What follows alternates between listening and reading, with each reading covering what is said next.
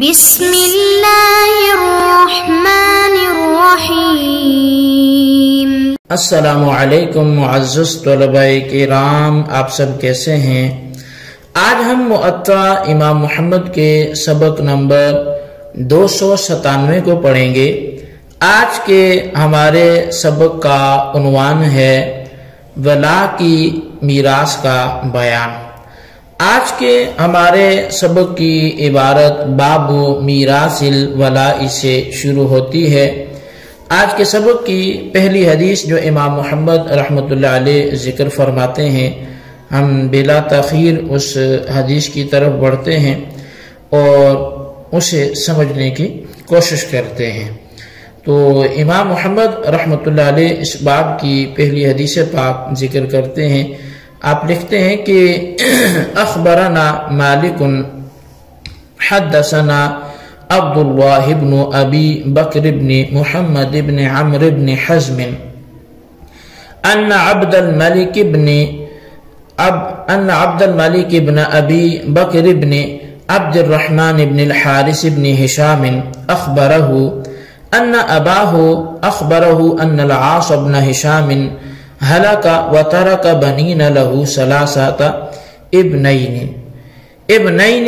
لأم ورجلا لعلة، فهلك أحد الابنين اللذين هما لأم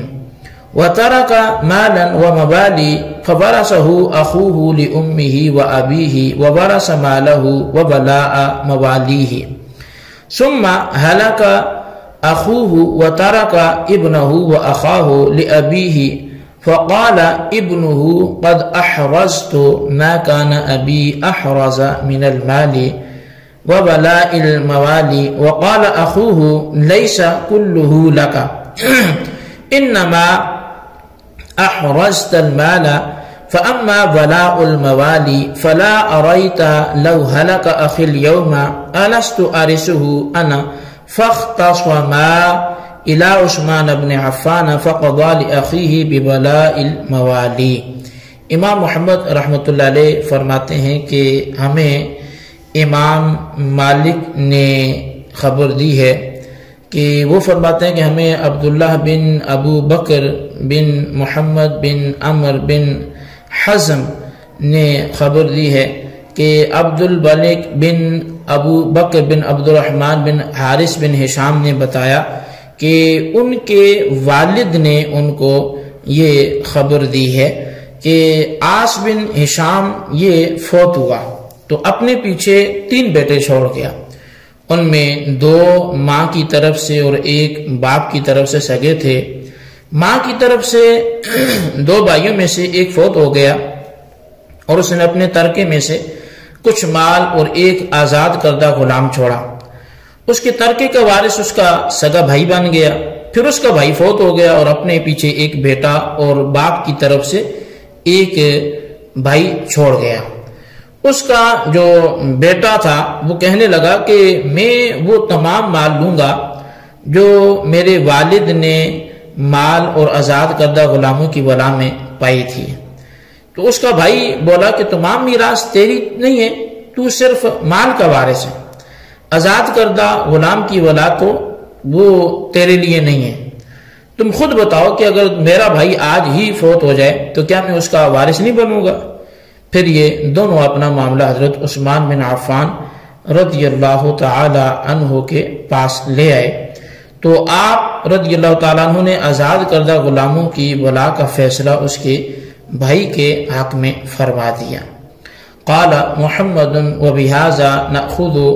الولاء للأخی من الأبی دون بن الأخی من الأبی والأم وهو قول ابی حنیفہ رحمۃ اللہ علیہ۔ امام محمد رحمۃ اللہ علیہ فرماتے ہیں کہ ہمارا یہی مسلک ہے کہ ولا جو ہے یہ باپ کی طرف سے سگے بھائی کے لیے ہے، اور یہی قول امام اعظم امام ابو حنیفہ رحمۃ اللہ علیہ کا بھی ہے۔ ولا کی صورت یہ ہے کہ ایک شخص اپنے غلام کو آزاد کر دیتا ہے جس کا کوئی وارث ہی نہیں ہے۔ جب یہ مر جاتا ہے تو اس کے ترکے کا وارث اسے آزاد کرنے والا مولا و آقا ہوتا ہے۔ حدیث پاک کے الفاظ کیوں کہ یہ ہیں کہ الولاء للموتق، کہ ولا آزاد کرنے والے کے لیے ہے، تو غلام لاوارث کا چھوڑا ہوا ترکہ جو ہے وہ ولا کہلاتا ہے، یعنی وہ غلام جو لاوارث ہے تو اس کا جو ترکہ چھوڑا ہوتا ہے تو ولا کہلاتا ہے۔ مذکورہ اصل میں یہی مسئلہ بیان ہوا ہے کہ ہشام کے انتقال 3 بیٹے چھوڑے، ہشام کے انتقال ہوا تو 3 بیٹے چھوڑے، ایک باپ کی طرف سے اور 2 ماں کی طرف سے۔ پھر 2 بھائیوں میں سے ایک کا انتقال ہو گیا تو مرنے والے کی تمام وراثت اور ولا اس کا بھائی لے گیا۔ پھر یہ بھی فوت ہو گیا تو اس کے ورثاء میں سے ایک اس کا اپنا بیٹا اور ایک الاتی بھائی، ان دونوں میں وراثت کے بارے میں اختلاف ہو گئے۔ وہ یہ کہ ولا کا ہر ایک مدعی تھا۔ تو جب یہ معاملہ حضرت عثمان غنی رضی اللہ تعالیٰ عنہ کے پاس لایا گیا تو آپ نے فرمایا کہ ولا کا وارث مرنے والے کا بھائی ہے، بیٹا نہیں ہے۔ ولا کے بارے میں ایک بات یہ ذہن نشین رہے کہ یہ حق صرف مردوں کے لیے، عورتوں کو ولا نہیں ملتی۔ ہاں اگر عورتوں کو ان کے اپنے غلام آزاد شدہ ہوں تو ان کی ولا انہیں ملے گی۔ دوسری بات یہ ہے کہ ولا کا تعلق میت کے اسبات سے ہوتا ہے، ان میں جو اسبہ قوی ہوگا وہ مقدم ہوگا، جیسا کہ اس مذکورہ مسئلے میں 2 مدعی، ایک میت کا بیٹا اور دوسرا جو ہے وہ اس کا الاتی بھائی ہے۔ تو بظاہر یہ معلوم ہوتا ہے کہ بیٹا موجود ہو تو بھائی محروم رہتا ہے، لیکن ولا جو ہے وہ اس کا مسئلہ اس سے قدرے مختلف ہے۔ یہاں بیٹے نے ولا کو عام میراث کے قانون کے تحت دیکھا اور اس کا اپنا حق جو ہے وہ اس کو اپنا حق بتایا، اور الاتی بھائی نے کہا کہ فرض کرو کہ تمہارا باپ پہلے مر جاتا اور اس کا حقیقی بھائی جو میرا چچا ہے بعد میں مرتا، تو اس صورت میں تیرے حقیقی چچا کی میراث تجھے ملتی یا مجھے؟ تو مطلب یہ کہ میراث تیری بجائے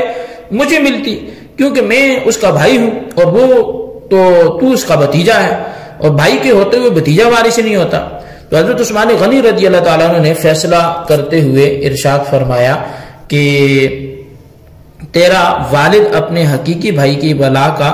اس لیے حقدار بنا کہ وہ الاتی بھائی کی نسبت زیادہ قوی ہے۔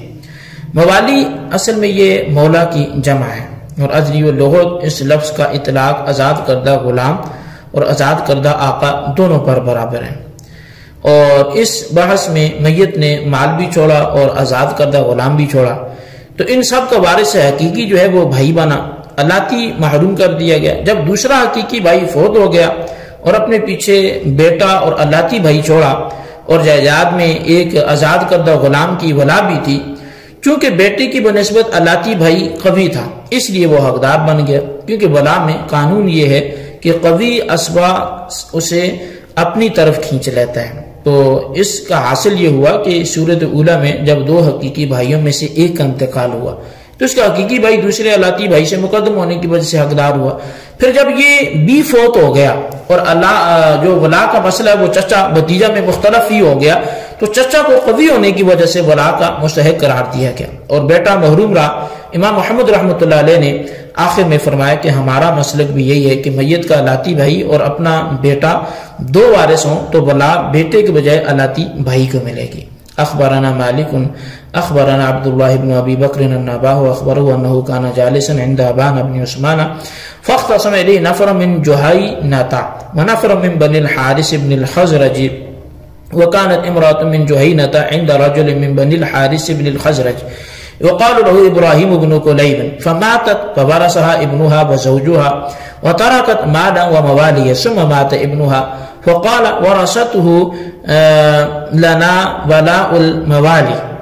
وقد كان ابنها احرزه ورثته لنا، فقال ورثته لنا ولاء الموالي وقد كان ابنها احرزه، وقال الجهنيون ليس كذلك انما هم موالي صاحبتنا، فاذا مات ولدها فلنا ولاؤهم ونحن نرثهم، فقضى ابان بن عثمان للجهنيين بولاء الموالی۔ امام محمد رحمۃ اللہ علیہ آپ فرماتے ہیں کہ امام مالک نے ہمیں عبداللہ بن ابو بکر سے خبر دی ہے کہ انہیں ان کے والد نے خبر دی کہ وہ ایک مرتبہ ابان بن عثمان کے پاس بیٹھے ہوئے تھے،